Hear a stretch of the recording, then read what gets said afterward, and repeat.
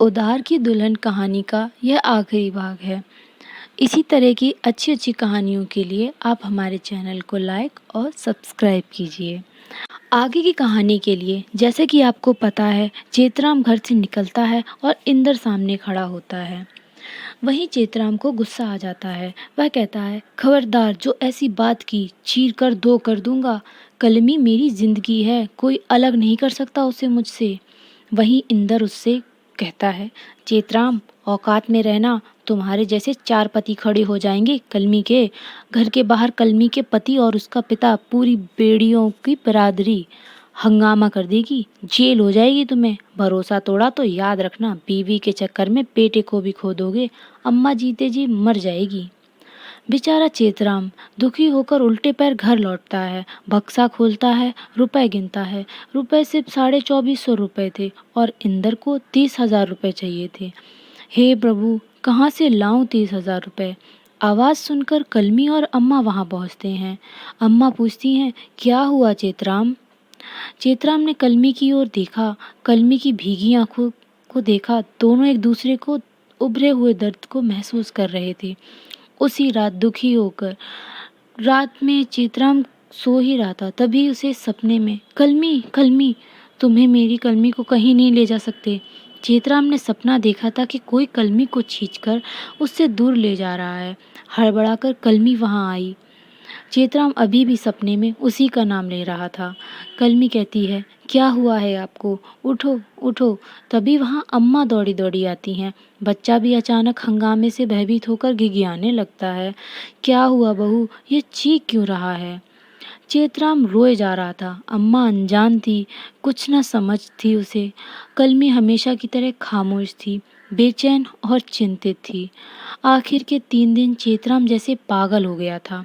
बहू को घूर क्या रहा है चेतराम, खा ले, अम्मा कहती हैं।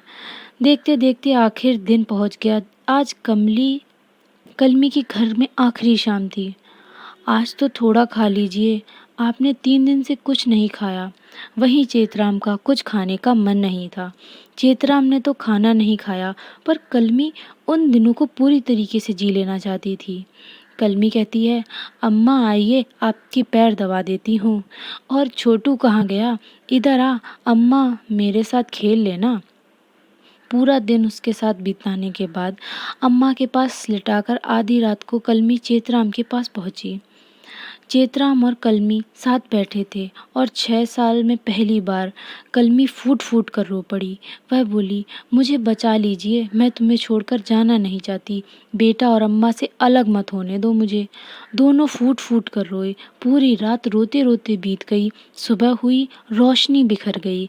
उसी हाल में चेतराम उठा और जाने लगा और कलमी से बोला, कलमी, इस जन्म में तुम्हें कोई अलग नहीं कर सकता, ईश्वर भी नहीं।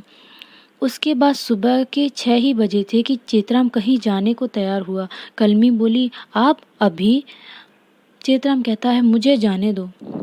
कलमी एक कोने में सिमटकर बैठ गई। उसकी हालत ऐसी थी जैसे कोई सुहागन कुछ देर बाद विधवा होने वाली हो। उसे कुछ ऐसा ही आभास हो रहा था। भरे मन से अम्मा की सेवा की, बेटे को खूब प्यार किया। उसे एहसास था कि शाम के बाद किसी भी वक्त उसकी विदाई हो जाएगी। उसे अलग कर देंगे चेतराम से। पूरा दिन उसने ऐसे ही बिताया, पर चेतराम 2:30 बजे लौटा और वो भी मिठाई लेकर। और उसने कलमी से कहा, अब विधवा विलाप छोड़ो, अब तुम्हें मुझसे कोई अलग नहीं कर सकता। इंदर के मुंह पर 30,000 रुपए मार कर आया हूँ। कलमी कहती है, इतने पैसे, इतने पैसे कहाँ से आए।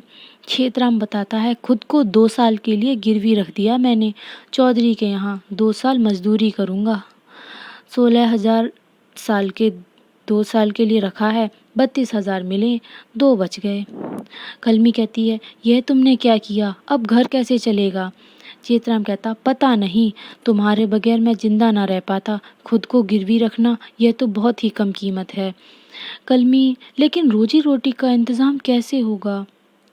कुछ देर तक दोनों कुछ नहीं बोले। एक नीरव सी शांति छा गई। लंबी खामोशी के बाद कलमी ने गहरी सांस ली। पहली बार वह चहकी और मुस्कुराई। तुमने मुझे नरक जाने से बचा लिया, आंचल खुशियों से भर दिया, औरत होने का सच्चा सुख दिया है तुमने। मैं मरकर भी ये कर्ज नहीं चुका सकती।